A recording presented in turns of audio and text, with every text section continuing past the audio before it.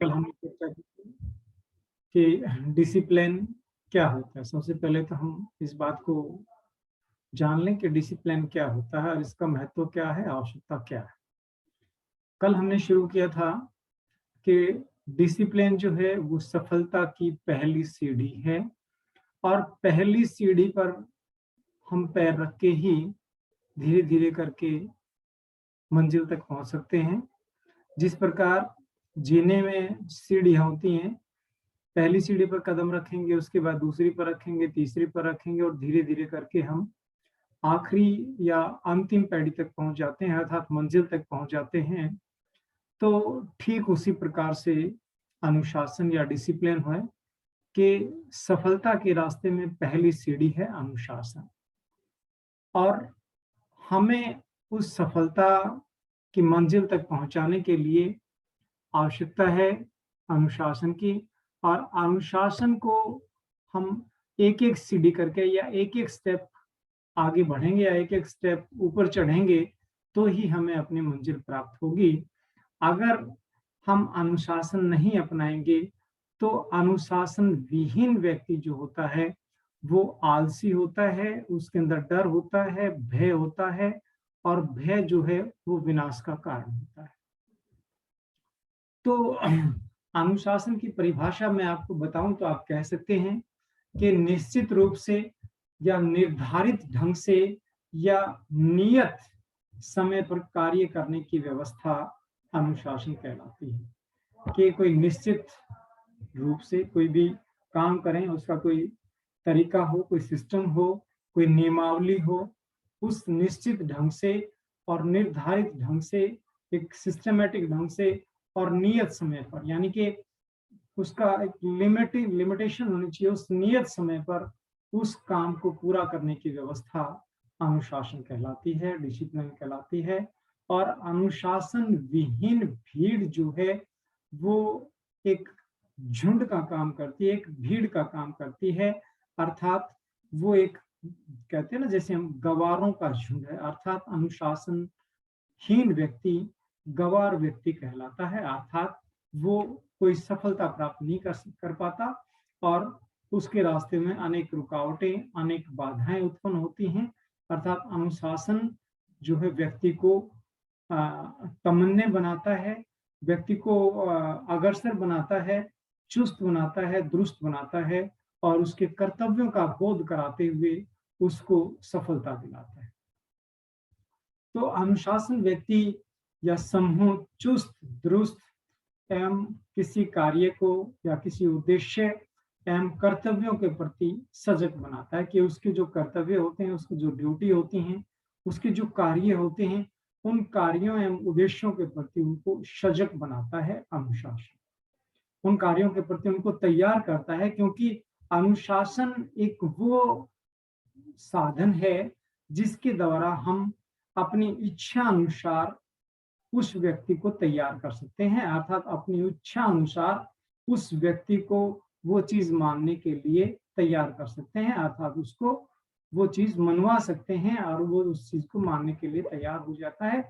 वो कोई ना कोई तर्क दे करके हम उससे अपनी बात मनवाने के लिए, अर्थात किसी उद्देश्य की पूर्ति के लिए उसको वो चीज करने के लिए हम तैयार कर लेते हैं। अर्थात पहले उसके मन के अंदर जो विचार चल रहे हैं, जो भावनाएं चल रही हैं, उन विचारों और भावनाओं को खत्म करके नई चीज उसके अंदर डालते हैं जो हमारे उद्देश्यों को पूरा करती है, जो हमारे लक्ष्यों को पूरा करती है। वही अनुशासन कहलाता है कि उसके अंदर जो पहली विचारधारा थी, उस पहली विचारधारा का उसने त्याग कर दिया है और जो नई विचारधारा या नए परिवेश में, अर्थात जैसे एक सैनिक जो है वो एक समाज से आया है और नए परिवेश में वो आया है और नए परिवेश में आकर के उसकी जो पहले उसकी विचारधारा थी, उस विचारधारा को उसने त्याग दिया है और नई विचारधारा उसने अपना ली है। अर्थात वो नई विचारधारा उसको किसी न किसी उद्देश्य के प्रति तैयार करती है, अर्थात राष्ट्र सेवा के लिए, राष्ट्र प्रेम के लिए और देशभक्ति की भावना उसके अंदर जागृत करती है और एक अनुशासन में रह करके एक नए सेना का या एक संगठित समूह का निर्माण करती है।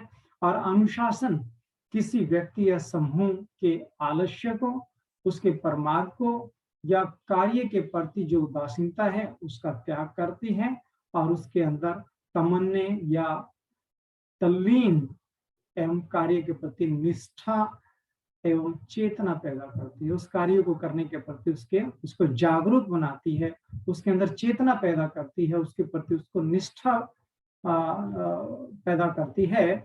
और वस्तुतः अनुशासन जो है, जैसे कल हमने बात की, वो शिक्षण के माध्यम से, प्रशिक्षण के माध्यम से और अभ्यास के माध्यम से हम अनुशासन को अपना सकते हैं। अर्थात अनुशासन बनाए रखने के लिए इन चीजों का इस्तेमाल कर सकते हैं कि एक सैनिक को कैसे कैसे हम अनुशासित बनाएं। सबसे पहले शिक्षण के माध्यम से क्लास लगा करके, उसको ट्रेनिंग दे करके, प्रैक्टिकल ट्रेनिंग दे करके, फिर उसका बार बार अभ्यास करवा करके, ये एक तरीका है सुझाव विधि जिसे बताया गया है कि सुझाव विधि के माध्यम से हम उस व्यक्ति को अनुशासित बना सकते हैं। अर्थात अपनी इच्छा के अनुसार उसको प्रेरित कर सकते हैं, अपनी इच्छा के अनुसार उसको तैयार कर सकते हैं। और दूसरी विधि जो बताई है, ये दो विधि बताई थी, एक सुझाव विधि जिसके अंदर ये तीन बातें मैंने की कि शिक्षण, प्रशिक्षण और अभ्यास। दूसरी चीज जो बताई, जो दंड विधि के द्वारा, दंड विधि से हम आदेश देकर के, डर या भय या प्रेशर, दबाव देकर के हम अपनी चीज मनवाते हैं उससे। अर्थात वो जब सुझाव विधि के द्वारा अनुशासन में नहीं रहता तो दूसरी विधि का हम इस्तेमाल करते हैं। अर्थात उस सैनिक समूह के अंदर सभी को अनुशासित बनाने के लिए, सभी सैनिकों को अनुशासित बनाने के लिए इन दो विधियों का चयन किया जाता है। पहली विधि जो मैंने बताई सुझाव विधि, और दूसरी विधि दंड या भय या प्रेशर के द्वारा हम अनुशासन को बरकरार रख सकते हैं, मेंटेन रख सकते हैं। और आगे बताया गया है कि अनुशासन का शिक्षण, प्रशिक्षण, अभ्यास एवं कभी कभी दबाव के द्वारा अनुसरण कराया जा सकता है।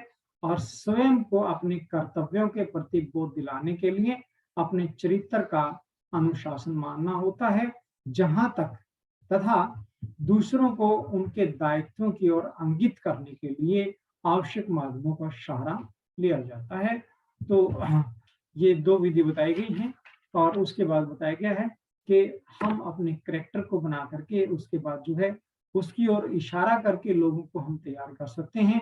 उसके बाद जैसे कल हमने बात की थी कि अनुशासन की आवश्यकता क्या है, कि अनुशासन जो है वो एक राष्ट्र की पहचान बनाने के लिए आवश्यक है, अर्थात सफलता दिलाने के लिए आवश्यक है।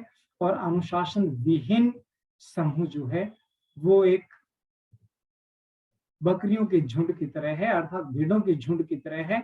वो जिस दिशा में जाएंगे उसी दिशा में आगे बढ़ेंगे, अर्थात उनका कोई उद्देश्य नहीं होगा, कोई लक्ष्य नहीं होगा। अर्थात वो एक, आप ये कह सकते हैं कि बिना ड्राइवर की गाड़ी है, वो नहीं पता कब और कहाँ एक्सीडेंट होने।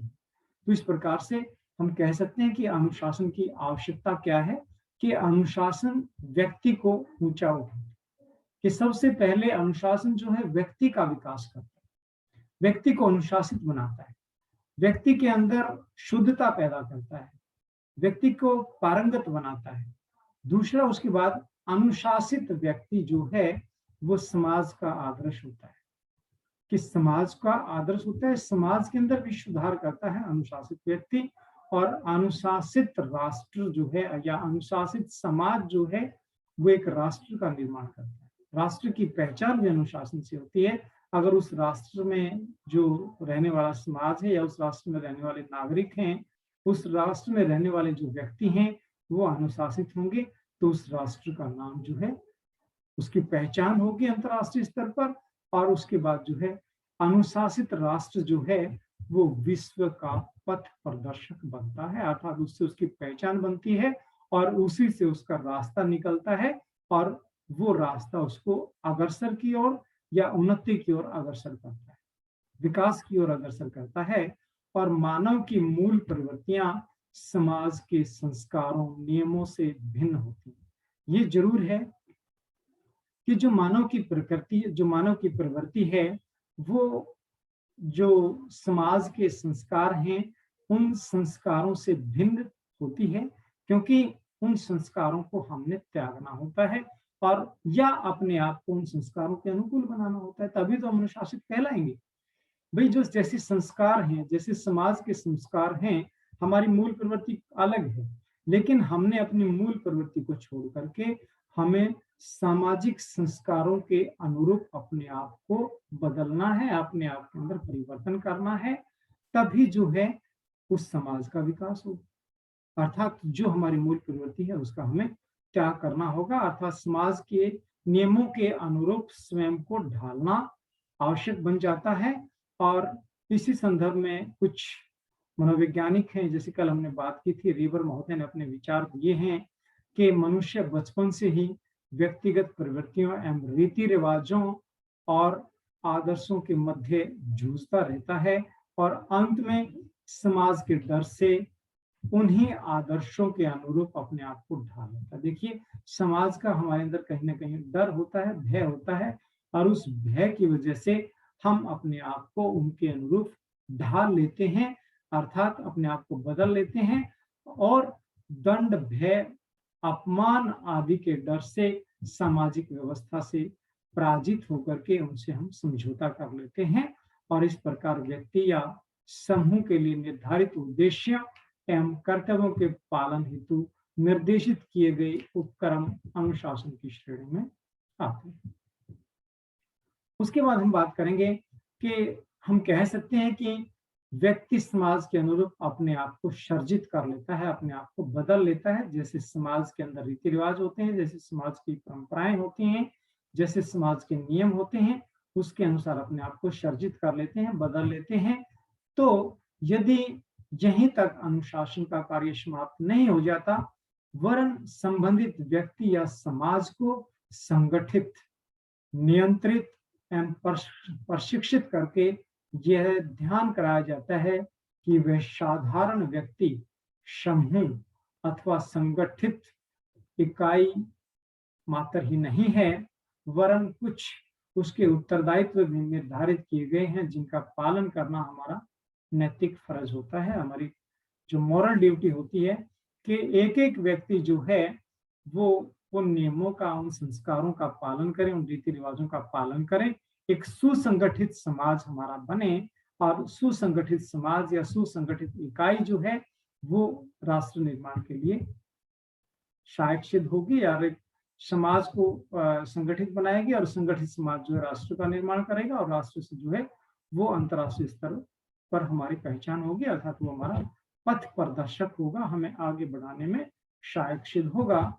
और उसके बाद हम इसके महत्व की बात करें कि अनुशासन, ये तो हमने आवश्यकता की बात की कि इसके बिना जो है हम इसके अनुशासन के बिना जो है वो हम आगे नहीं बढ़ सकते। ये हमारे लिए आवश्यक है कि अनुशासन को हम अपने जीवन में अपना लें, अर्थात अपने जीवन को बदलने के लिए अनुशासन को धारण कर लें, अपने विकास के लिए, राष्ट्र के विकास के लिए और समाज के विकास के लिए और राष्ट्र के गौरव के लिए अपने आप को बदल लें और उसके अनुसार ही कार्य करें। उसके बाद महत्व की बात करें कि अनुशासन प्रत्येक व्यक्ति व समूह को अधिक जागृत बनाता है। इसका महत्व है अनुशासन का कि अनुशासन जो है वो हर व्यक्ति को जागृत बनाता है, हर व्यक्ति के अंदर चैतन्य पैदा करता है। और उसके बाद जो है सेना में अनुशासन का बहुत महत्व है, और ये बताया गया है सेना के लिए अनुशासन उसका प्राण होते हैं, उसकी जान होते हैं। और जैसे अन्य साधन, जैसे शरीर है हमारा, उस शरीर के जो है वो अन्य साधन शरीर को पुष्ट तो बना देते हैं, लेकिन पुष्ट बनाने के बाद प्राण के बिना उनका कोई संचार नहीं होता।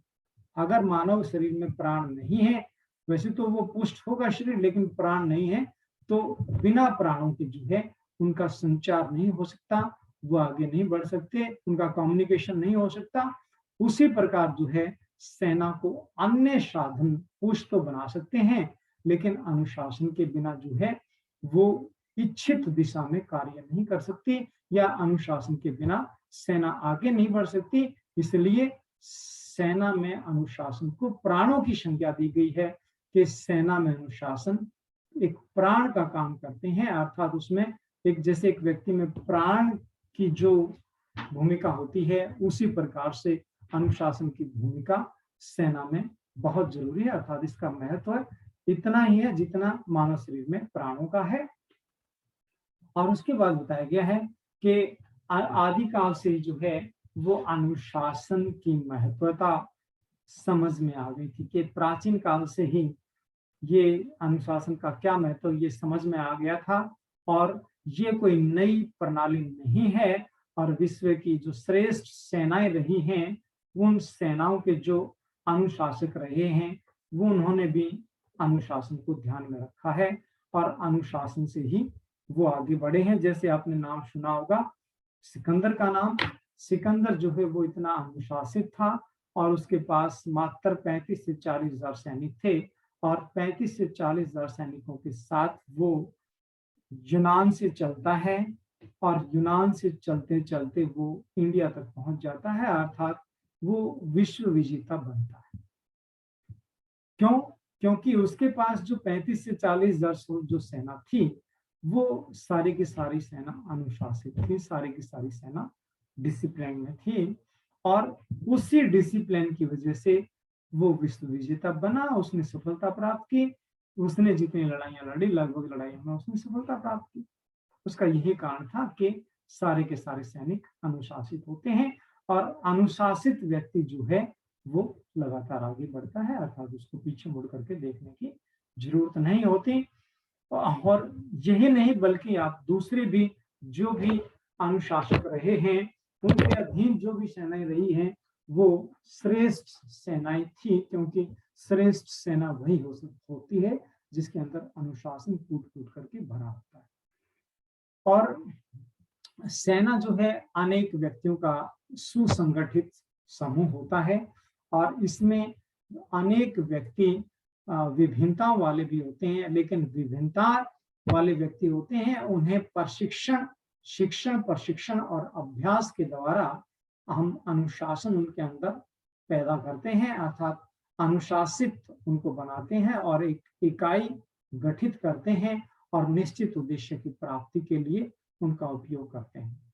वे उनको पहले अनुशासित हम बनाते हैं, उसको संगठित करते हैं, उनके अंदर भाईचारे की भावना पैदा करते हैं, और उसके बाद एक सुसंगठित सेना का गठन करते हैं, सुसंगठित सेना का निर्माण करते हैं, और फिर वो सेना जो है, उस सेना से हम निश्चित उद्देश्य की प्राप्ति के लिए उसका उपयोग करते हैं, अर्थात उसको आगे बढ़ाते हैं।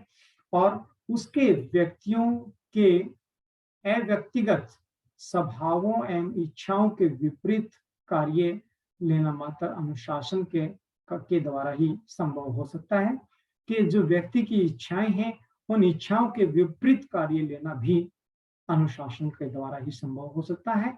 बिना अनुशासन के व्यक्ति की इच्छाओं के विपरीत हम उनसे कार्य नहीं ले सकते।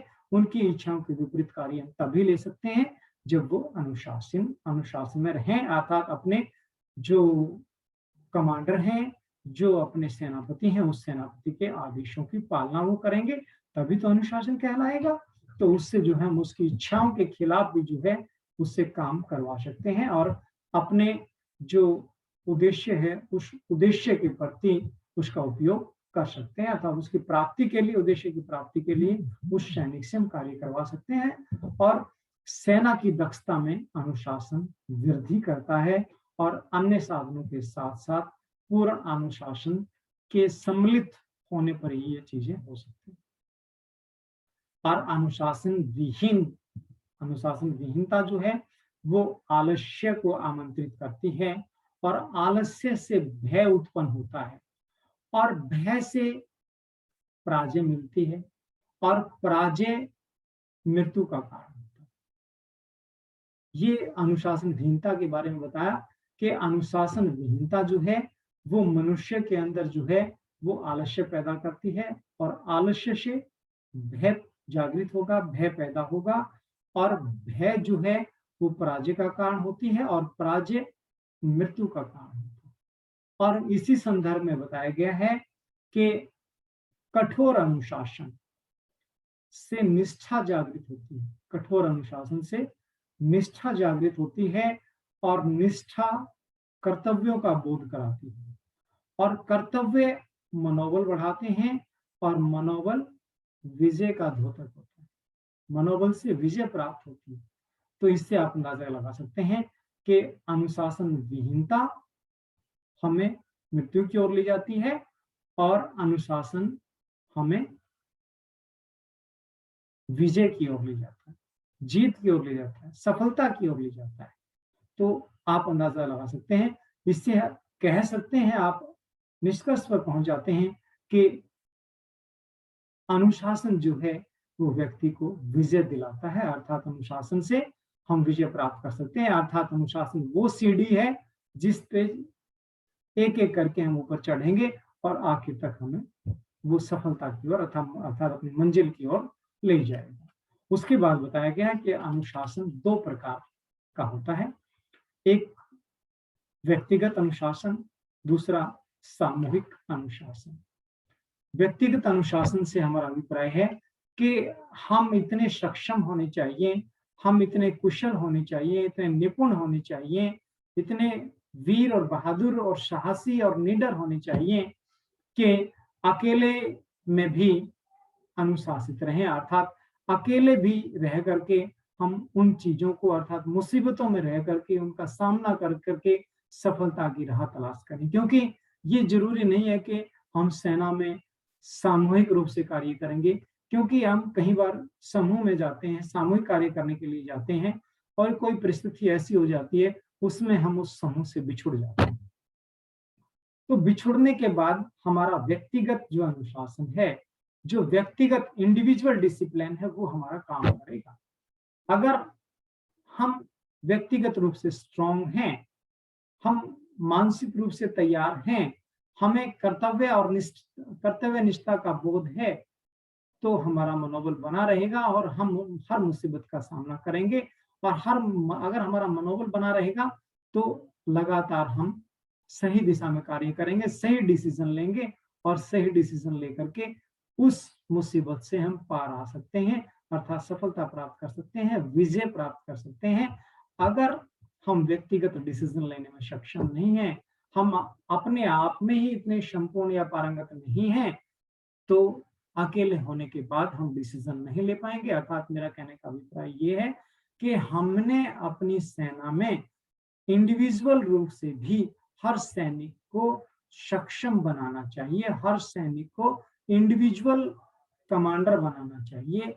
अपने आप के ऊपर, अपने आप ही वो अपने ऊपर कमांड करें, इतना निपुण, इतना योग्य, इतना कुशल हमें उनको बनाना चाहिए, इतनी दक्षता उनके अंदर पैदा करनी चाहिए कि वो व्यक्तिगत अनुशासन में रहें, अर्थात उनको किसी कमांडर की, किसी सहायक की या किसी की मदद की जरूरत ना पड़े। वो अकेले ही जो है वो हर समस्या को समाधान करने में सक्षम हो, कुशल हो और उससे निजात पा लें।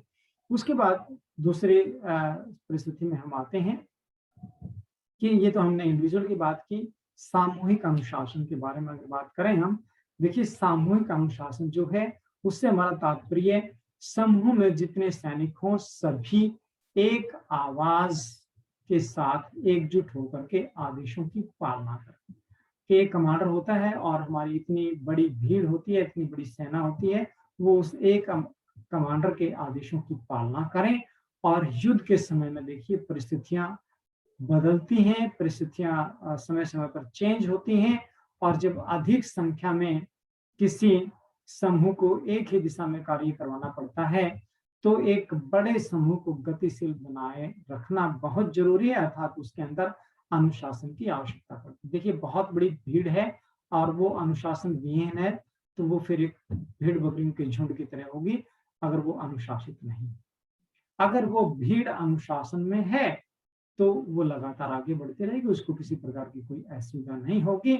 और अनुशासन विहीन समाज जो है वो भीड़ हो जाती है और भीड़ को संभाला नहीं जा सकता। भीड़ जो है फिर उपद्रव करेगी, अर्थात अनुशासनहीनता फैलाएगी और उसके बाद जो है सेना अत्यधिक व्यक्तियों के होते हुए भी फिर भी जो है वो निर्धारित नियमों को बड़े तौर तरीकों से उनका पालन करती है। और यह अनुशासन की विशेषता है कि अनुशासन इस सेना को संगठित रखता है और इतनी शक्ति संगठन के कारण ही प्राप्त होती कि शक्ति भी जो है हमें संगठन के कारण ही प्राप्त होती है, कि हम संगठित हैं, सुशासित हैं और लगातार अनुशासन में रह करके अपनी सेना का, अपने राष्ट्र का नाम हम गौरवान्वित कर रहे हैं, ऊंचा कर रहे हैं। और सेना की प्रत्येक इकाई एक समूह के रूप में संगठित होती है और कठिन से कठिन कार्य जिसमें प्राण भी न्यौछावर करना होता है, बड़ी निष्ठा के साथ करती है। यह अनुशासन का प्रमाण है कि हमारी सेना जो है वो संगठित होकर के कठिन से कठिन कार्य करती है, चाहे उसमें उनके प्राण भी चले जाएं, अर्थात वो अपने प्राणों को न्यौछावर करने के लिए भी तैयार रहते हैं और इतनी निष्ठा के साथ वो काम करते हैं। यही अनुशासन कहलाता है, ये अनुशासन का प्रमाण है। फिर बताया गया कि अनुशासन के लक्षण क्या होते हैं, हम कैसे जान लें कि ये अनुशासन में है, ये अनुशासन में नहीं है। तो उसकी पहचान हम करते हैं, उसके लक्षण हैं।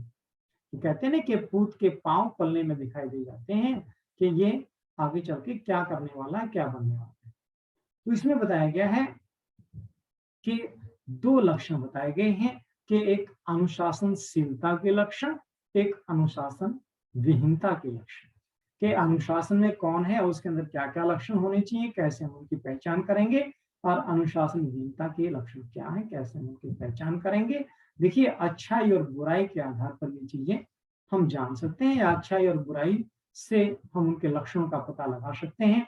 कि अनुशासनशीलता के लक्षणों के बारे में पहले बात करें कि अनुशासनशीलता का मुख्य लक्षण सैनिक या दल को जागरूक होना होता है। कि सबसे पहले हम जागरूक हों, जाने उस चीज को, उस चीज की तह तक जाएं। अगर हम कुछ जानने की कोशिश नहीं करेंगे तो इसमें हम अनुशासन में नहीं।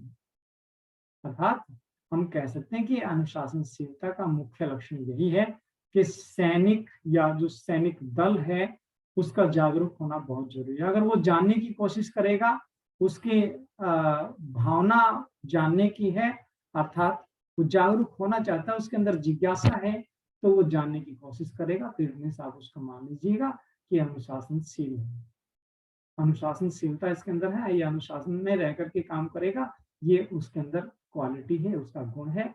दूसरा बताया गया है अपने नेता अथवा कमांडर के प्रति सम्मान रखना, उसके अंदर हमारी आस्था होना। देखिए, जब तक हमारी आस्था नहीं होगी, देखिए चाहे मंदिर में हम जाते हैं और जब तक हमारी आस्था नहीं होती, जब तक हमारा उसका विश्वास नहीं होता उसके प्रति, तो हमारा वहां जाने का कोई फायदा नहीं। हमारी आस्था है, हमारी श्रद्धा है, हमारा विश्वास है, तो हम वहां जाते हैं, नहीं तो हम वहां जाते हैं। तो उसी प्रकार से हम पहले अपने कमांडर के प्रति सम्मान रखें, उसके अंदर आस्था रखें, उसके अंदर विश्वास रखें कि जो हमारा कमांडर, जो हमारा सेनापति हमें जो आदेश देता है वो सही दे रहा है, हमारी आस्था उसके अंदर होनी चाहिए। ये भी अनुशासन का लक्षण माना गया है। दूसरा, तीसरा बताया गया है कि दिए गए कार्यों में या दिए गए कार्यों के उद्देश्यों में हमारा विश्वास होना चाहिए। जो काम हमें दिया जाए उस काम को नियत और सही समय पर पूरा करें, और प्रशिक्षण में तमन्यता का प्रदर्शन करें।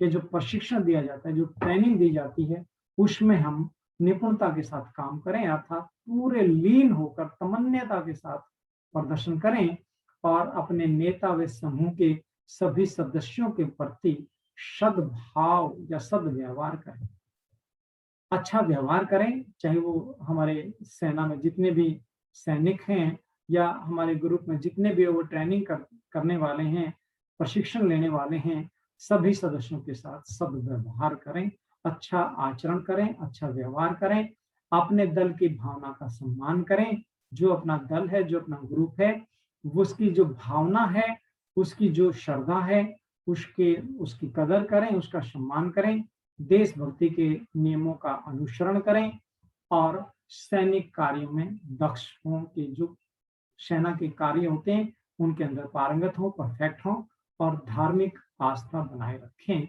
ये कुछ लक्षण बताए गए हैं, ये कुछ क्वालिटी या गुण बताए गए हैं कि ये गुण होंगे तो उसे हम अनुशासनशीलता बोलेंगे। उसको ये सारे के सारे गुण जिन सैनिकों के अंदर है, जिस संगठन के अंदर है, जिस समूह के अंदर है, उसे हम अनुशासनशील कहेंगे।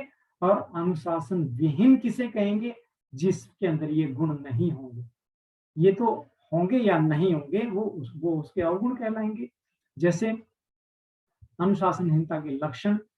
अनुशासनहीनता का प्रमुख लक्षण अपने नेता अथवा कमांडर के प्रति आस्था नहीं रखना, अर्थात उसके प्रति अविश्वास का होना अनुशासनहीनता का पहला लक्षण बताया गया है।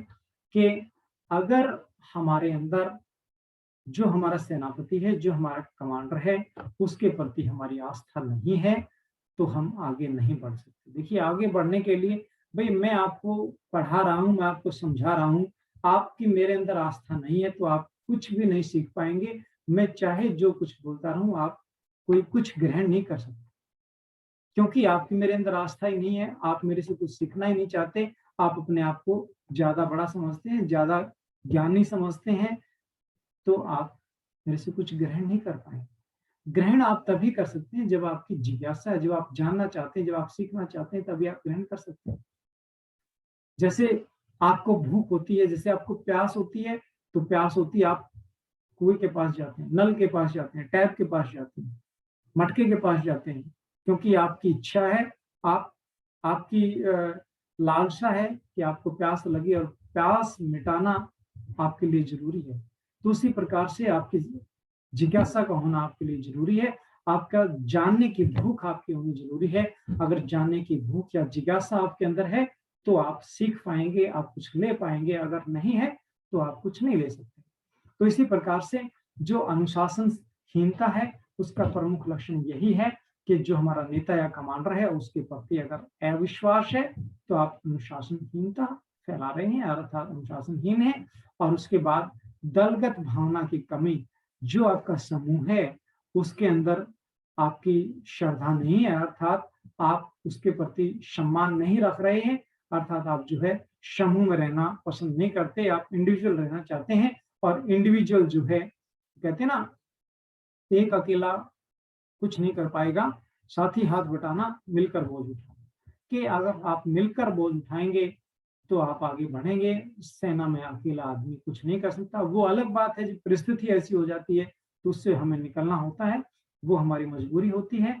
लेकिन वैसे सेना जो है सामूहिक रूप से आगे बढ़ती है, अर्थात जिस सैनिक में दलगत भावना की कमी होती है वो आगे नहीं बढ़ता, अर्थात उसके अंदर ये कमी है और वो अनुशासनहीनता फैलाएगा। उसके प्रति देश प्रेम का अभाव, जिस सैनिक के अंदर राष्ट्र के प्रति प्रेम नहीं है, अर्थात देश के प्रति प्रेम नहीं है, त्याग और बलिदान की भावना उसके अंदर नहीं है, तो वो अनुशासन फैलाएगा, वो आगे नहीं बढ़ता, क्योंकि वो अपने राष्ट्र से प्रेम नहीं करता है। वो अपने राष्ट्र के प्रति, अपने राष्ट्र को कुछ देना नहीं चाहता है।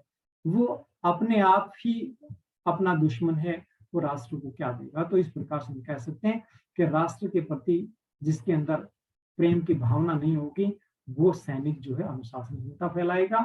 शारीरिक रुग्णता। कई सैनिक जो हैं वो शारीरिक रूप से आलसी होते हैं, रुग्ण होते हैं, उनका उधर इंटरेस्ट नहीं होता और शरीर के अंदर बहुत सारी कमियां होती हैं। तो अगर उनको हम सेना में भर्ती कर लेते हैं तो उससे भी अनुशासनहीनता फैलती है। योग्यता एवं दक्षता का अभाव। कई बार हम देखते हैं कि सैनिक जो है वो योग्य नहीं है या उसके अंदर दक्षता का अभाव है, तो वो भी अनुशासनहीनता फैलाएगा। जैसे कहते हैं ना कि अयोग्य व्यक्ति या जिसमें काबिलियत ना हो या दक्ष या गुणों का अभाव हो, वो दूसरे लोगों को भी ऐसा ही बनाने की कोशिश करेगा। कहते हैं ना, खरबूजा खरबूजे को देख करके रंग बदलता है। अगर दक्ष नहीं होंगे, अयोग्य सैनिक होंगे, तो वो दूसरे लोगों को भी अपने जैसा बनाने के लिए, अर्थात अपनी मेजोरिटी बनाने के लिए, उनको ऐसा ही करने के लिए प्रेरित करेंगे, अभिप्रेरित करेंगे, मोटिवेट करेंगे।